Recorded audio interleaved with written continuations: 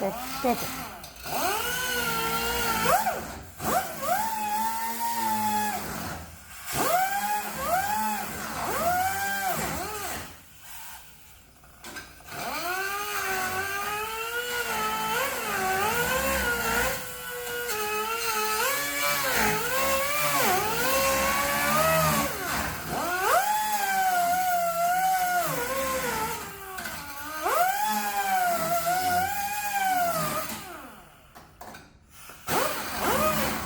All right, I'm on videoing.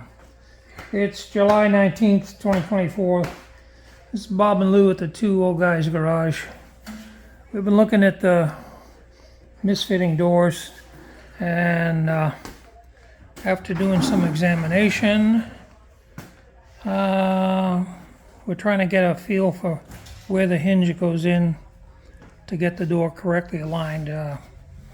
Ignoring the fact that the door's not going to fit on the top because it's still bent over.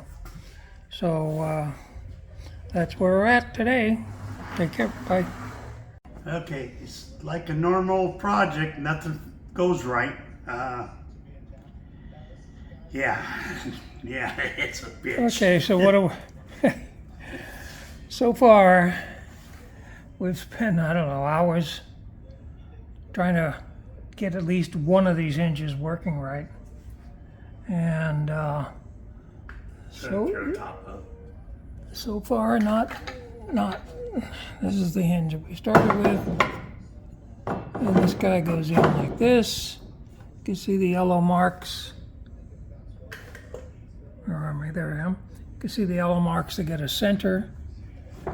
And then we had to cut the fiberglass away and expose it to the wood, and we did 2 holes, and it's in the wrong position. So we're going to mark 2 new holes, but before we can drill, we have to fill the old holes up so that the new holes don't break through to the old holes. That's only one hinge, so it's going to go, it's too far in, it's got to come out some. So that's what's going to happen. Lou is looking for matchsticks. Yeah.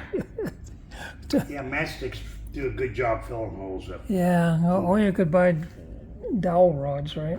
Well, you ain't gonna find none that small. No, I don't know. I don't know, maybe. Maybe. I use a matchstick. Okay, and glue, right? And glue them in. Okay, so That's our next plan of attack.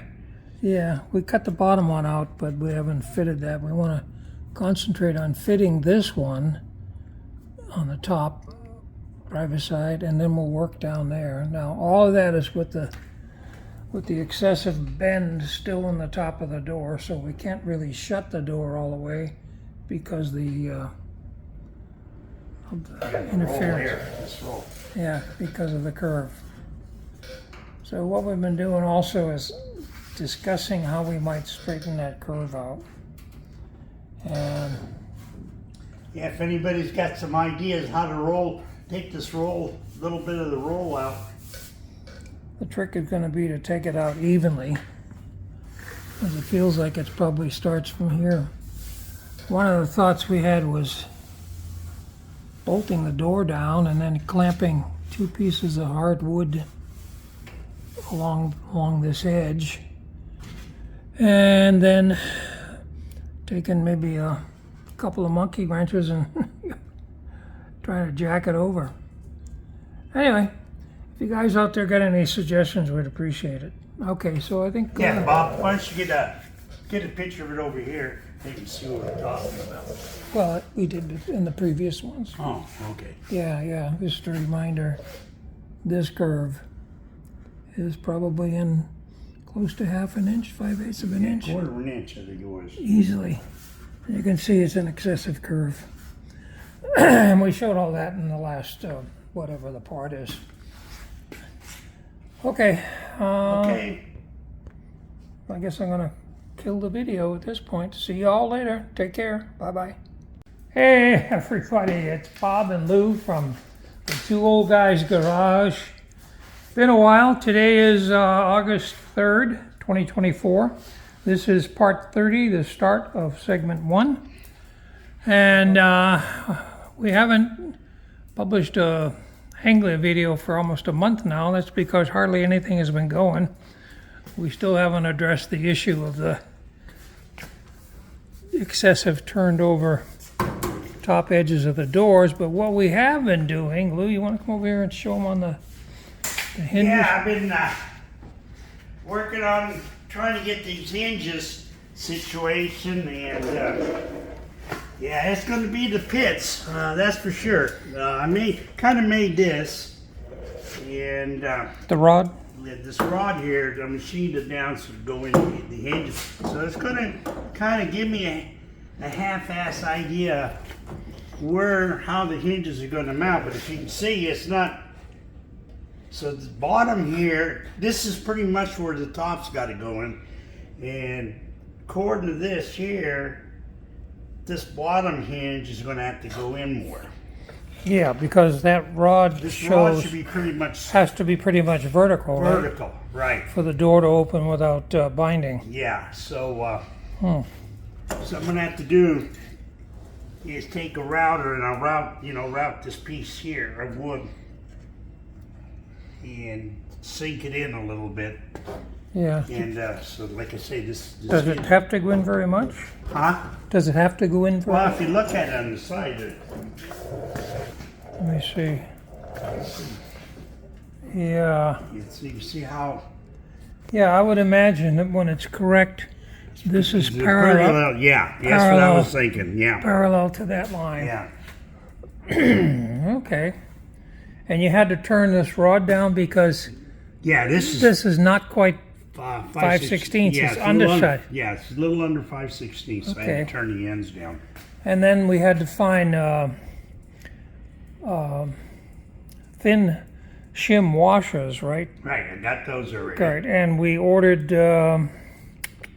20 thousandths, was it? 25? Yeah, I think it was 20 in the pack. 20 thousandths a package of the thin shims. We actually ordered 5/16, which this being undersized, we didn't have to mess with the washer. And those come from McMaster Car. Yeah, good old car. Good old McMaster Car, who has all that kind of weird shit. Yeah, so we had a while back, right, we had actually drilled holes in here and it didn't quite fit right, which is why you went to this guide thing. So you filled up the holes with what? Toothpick, or with matchsticks? Matchsticks. Yeah, so got a little improvement I just brought over. Yeah, I brought over some 1/8 inch dowel rod, which comes from all places Walmart. Walmart, in their, I guess, hobby section of their stores, has a whole bunch of different size dowel rods, and did not break the bank with that one. The smallest one is the 1/8 inch one, and it was 42 cents plus tax. Anyway, the other thing discovered was that this guy, which is a little bit bigger, is also fair game, and it comes from the end of a corner cob from a restaurant. So anyway, moving on. Today, what we have is we were contacted by one of our subscribers who asked if he could come and visit with us, and we said, sure, come on down. So he's in Denton, which is about 35 miles north of us. About 35 miles. And he's on the way right now with his friend. And if he's okay with it, I'm going to include a session of us having what will be a bunch of old guys having a bullshit session, right? Because they're both of them are building cars. Well, we'll talk cars. So this is a car talk video at this point. So I'm going to pause, and I'll pick it up when the two gentlemen show up in a little bit. Oh, thank you. Be back in a little while. Bye-bye. Hi, Bob. I'm back. We have two visitors with us today. We have Tom and we have Ron, who are lookies at our videos that we put out there. And they live not too far away in Denton, about 35 miles or so, and come down to visit with us. And we've been so busy shooting the shit that we haven't had time to take any videos. It's a good visit. A lot of bullshit going around. A lot of good stuff. A lot of talks and decisions and so on and so forth. So I think with that, that's just enough to get it recorded into part 30, segment 1. I may or may not be back later for this segment. Take care, everybody. Bye. Okay, we're back. Our visitors are left. They're on the way driving home. We had a great time.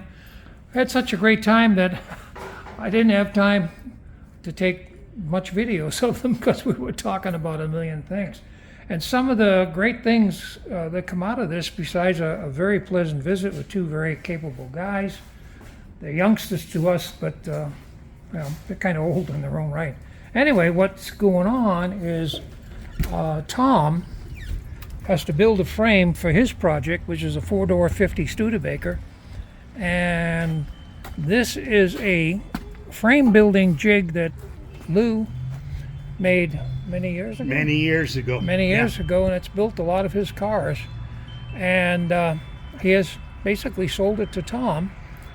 And in the exchange, Tom is coming back with 2 bucket seats. With 2 bucket seats, too. 2 bucket seats that'll fit the Anglia, so that's cool. Now, And plus, we're getting explained about the oh, yeah. Ron, the other guy, has a custom-made tool, get this, right, that he made to take the bend out of school bus doors, and it's a rig that clamps on the top of the door with a leverage here, and you can straighten out doors. So Tom is returning tomorrow to pick up the frame, then the frame maker, and bring the bucket seats, I guess, tomorrow? Monday the bucket seats, but tomorrow he's going to bring Ron's tool, so we might have some progress getting out of this friggin' bent door, steel Anglia bent door issue, finally. Right, so, and I already showed you a little bit ago when I started this, so we're working on the hinges, so hey, maybe we're going to get out of this. Okay, one thing I want to say, this is totally off the subject. I just want to say something to my buddy in California, Les. You got to move out of California and move here to Texas. You hear that, Les? So get your shit together and get the hell out of California. Yeah, what are you waiting for, Les? Come on. Yeah. We need you to help move heavy things. Lou and I can't do it at our age. We're too weak. Okay, so that's good. Let me see. So I think I about covered everything, huh? Yeah, these gentlemen are real unbelievable guys. And they've been into a lot. Yeah, they do. They got a lot of stuff, and of course we're going to do a reciprocal, and Lou and I are going to get up there one of these days and take a check and see what they got. They got a lot of good different stuff going on up there. Ron has got an S10 chassis that he's putting a Volvo PV544 body on, and if you don't know what that is, that's the Volvo in late 50s and 60s that has the humpback that kind of looks reminiscent of a 48 Ford sedan. Oh, yeah, it looks like a 48. Yeah, it looks like 48 Ford sedan. Yeah. And he's done all kinds of clever things and tools to do stuff, not the least of which is the door straightener thing. Anyway, this has been a great day. We're happy, and I'm guilty of watching too many Stay Tuned YouTube videos with Tony, so I'm going to go by and get a pizza for dinner. Tony is a pizza guy, and I can't watch his videos without getting hungry for a pizza. Anyway, that's about the end of this one, I think. Pretty much going to put this together, and I'll publish it later on this evening.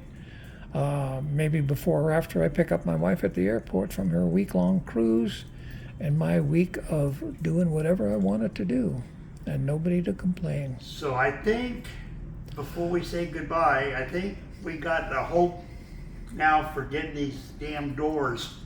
Yeah, hopefully we'll be able to get out of this doldrums Get out of this damn mess with the door situation. and start getting together to get the doors in and get another move on. We've been kind of stalled here in the middle, and it's kind of a bummer. And maybe I'm close to finally getting my coupe back together.